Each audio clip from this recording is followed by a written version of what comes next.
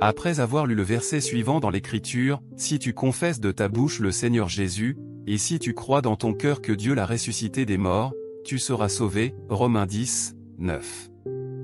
Beaucoup de frères et sœurs dans le Seigneur pensent alors, le Seigneur Jésus a été crucifié comme offrande expiatoire pour nos péchés afin de nous racheter, alors nous avons déjà été sauvés à cause de notre croyance en lui. Par conséquent, il n'y a pas besoin de recevoir d'autre salut. Et nous serons enlevés dans le royaume des cieux quand le Seigneur viendra. Ce point de vue est-il correct? Avons-nous été vraiment sauvés en acceptant la rédemption du Seigneur Jésus? Et qu'est-ce qui est réellement sauvé? Si nous n'avons pas d'idée claire sur cette question, nous manquerons facilement l'occasion d'être sauvés par Dieu. Les Écritures disent, « Car c'est par la grâce que vous êtes sauvés, par le moyen de la foi. Et cela ne vient pas de vous, c'est le don de Dieu. » Éphésiens 2, émoticône n'en croyant pas ses yeux. À partir de ce verset, nous pouvons voir que, être sauvé, d'une part, fait référence au salut de Dieu venant sur l'homme, et d'autre part, cela signifie que l'homme acquiert le salut qui lui est donné librement par Dieu à cause de sa croyance. C'est-à-dire que lorsque l'œuvre salvatrice de Dieu vient sur l'homme, celui-ci acquiert le salut de Dieu tant qu'il croit et le suit. Tout comme au début, lorsque l'humanité était corrompue, elle ne savait pas comment vivre sur terre et elle ne savait pas non plus ce qu'étaient les péchés, encore moins savait-il comment adorer Dieu. Il y a le risque que l'humanité soit capturée par Satan à tout moment. Par conséquent, Dieu a commencé son œuvre de salut parmi les hommes.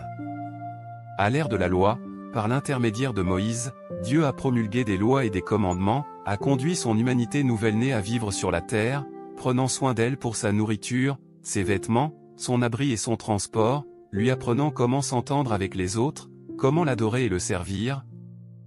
Cliquez sur la photo de mon profil, et dans ma bio, vous trouverez un groupe d'études bibliques gratuites, où nous étudions la parole du Seigneur tous les soirs pour nous préparer à l'accueil du retour du Seigneur. Comment lui offrir des sacrifices et comment abattre les taureaux et les chèvres pour expier ses péchés. Si les gens suivaient les lois établies par l'Éternel Dieu, ils étaient bénis par Dieu. Au cas contraire, ils étaient punis par Dieu en subissant par exemple la lapidation ou le fait d'être brûlés par le feu céleste. Par conséquent, à l'ère de la loi, l'œuvre de Dieu consistait à utiliser les lois pour contraindre les gens à agir et à les justifier ou à les condamner, afin que les gens puissent connaître leurs péchés. À cette époque-là, quiconque en appelait au nom de l'Éternel et suivait ses lois était béni et sauvé par Dieu. De même que Joël 2, 32 le dit, « Alors quiconque invoquera le nom de l'Éternel sera sauvé. » Cela explique la signification d'être sauvé à l'ère de la loi. Cependant, nous savons tous que même si les gens savaient quels étaient les péchés selon les lois établies par l'Éternel Dieu, les poisons de Satan étaient déjà plantés en eux après leur corruption par Satan. En conséquence, à la fin de l'ère de la loi, les gens ont tous échoué dans le respect de la loi et ont perdu la crainte de Dieu dans leur cœur, au point qu'ils sacrifiaient des animaux aveugles ou boiteux sur l'autel de l'Éternel Dieu. Si cela continuait, ils risquaient d'être condamnés et exécutés par la loi. Pour sauver l'homme et lui permettre de se libérer de ses contraintes et de la condamnation des lois, Dieu s'est personnellement fait chair et a été cloué sur la croix pour servir d'offrande expiatoire pour le péché. Et il débuta la nouvelle œuvre du salut. Dès lors, ceux qui ont cru et accepté le Seigneur Jésus ne seraient pas condamnés pour le fait de ne pas pouvoir respecter la loi. Plutôt, leurs péchés ont été pardonnés en raison du salut du Seigneur Jésus. Pendant ce temps, ils vivaient dans la grâce, la paix et la joie accordées par le Seigneur. Au contraire, les gens, comme les principaux sacrificateurs et les scribes qui ont servi l'Éternel et les Juifs qui les ont suivis, ont obstinément gardé les lois de l'Ancien Testament et n'ont pas du tout admis que le Seigneur Jésus soit Dieu, encore moins ont-ils accepté la rédemption par le Seigneur Jésus. Au lieu de cela, ils ont cloué le Seigneur Jésus à mort sur la croix, de sorte qu'ils ont offensé le tempérament de Dieu et sont tombés sous la punition et la malédiction de Dieu. En fin de compte, ils ont perdu leur chance de recevoir le salut du Seigneur.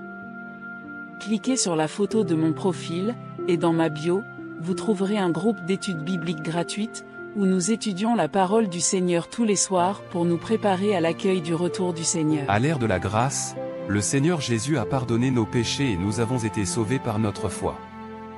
Cependant, cette expression « être sauvé » signifie seulement que nos péchés sont pardonnés et que nous ne serons ni condamnés ni mis à mort par la loi.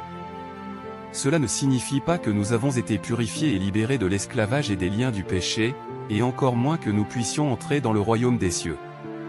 C'est parce que notre nature pécheresse est encore profondément enracinée en nous. En cela, nous commettons encore sans le savoir des péchés et résistons à Dieu, vivant dans l'esclavage du péché.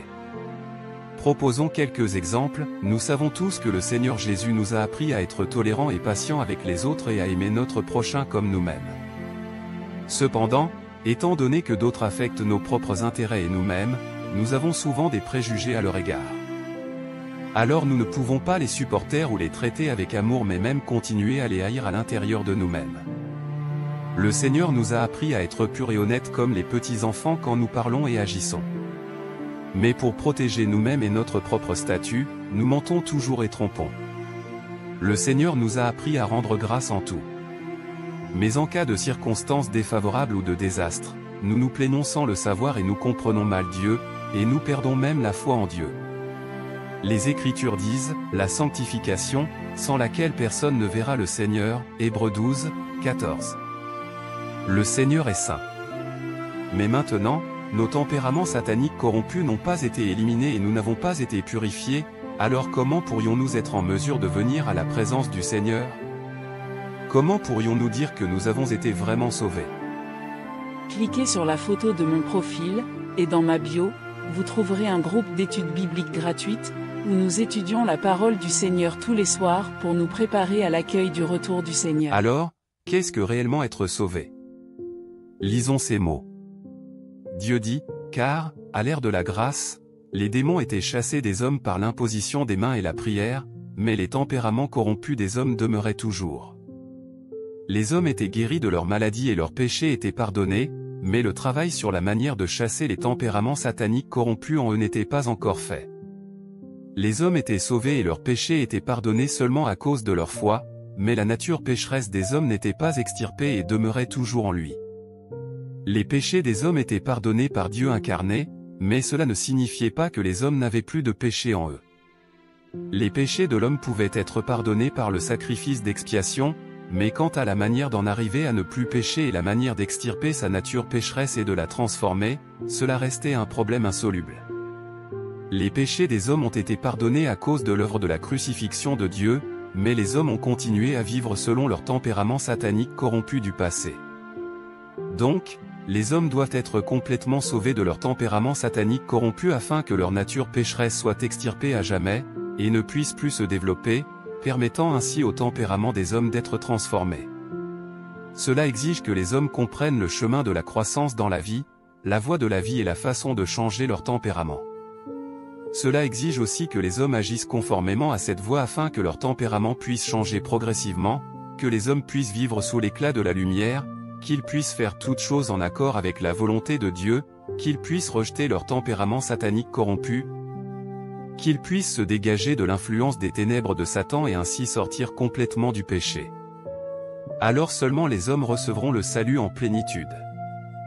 Cliquez sur la photo de mon profil, et dans ma bio, vous trouverez un groupe d'études bibliques gratuites, où nous étudions la parole du Seigneur tous les soirs pour nous préparer à l'accueil du retour du Seigneur. Bien que Jésus ait beaucoup œuvré parmi les hommes, il n'a fait que parachever la rédemption de toute l'humanité et est devenu le sacrifice d'expiation de l'homme, il n'a pas débarrassé l'homme de tout son tempérament corrompu. Sauver entièrement l'homme de l'influence de Satan n'exigeait pas seulement de Jésus qu'il devienne le sacrifice d'expiation et qu'il porte les péchés de l'homme, mais aussi que Dieu œuvre de façon plus grande encore pour entièrement débarrasser l'homme de son tempérament corrompu par Satan. Et donc, à présent que l'homme a été pardonné pour ses péchés, Dieu est redevenu chair pour conduire l'homme dans la nouvelle ère et a commencé l'œuvre du châtiment et du jugement. Cette œuvre a mené l'homme dans un domaine plus élevé. Tous ceux qui se soumettent à sa domination jouiront d'une vérité supérieure et recevront de bien meilleures bénédictions.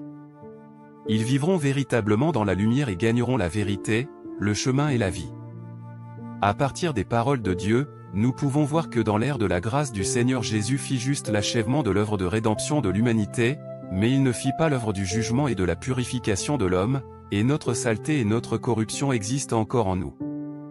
Donc, si nous restons à l'ère de la grâce, nous ne pouvons être pardonnés que de nos péchés.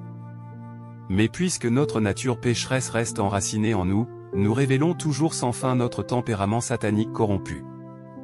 Ainsi, nous ne pouvons jamais atteindre la purification et n'avons aucune chance d'entrer dans le royaume de Dieu. Par conséquent, si nous souhaitons atteindre la purification et être complètement libres de l'influence de Satan, nous avons encore besoin que Dieu fasse une autre étape de l'œuvre consistant de jugement et purification pour nous transformer. Ce n'est que de cette manière que nous pourrons rejeter nos tempéraments sataniques corrompus.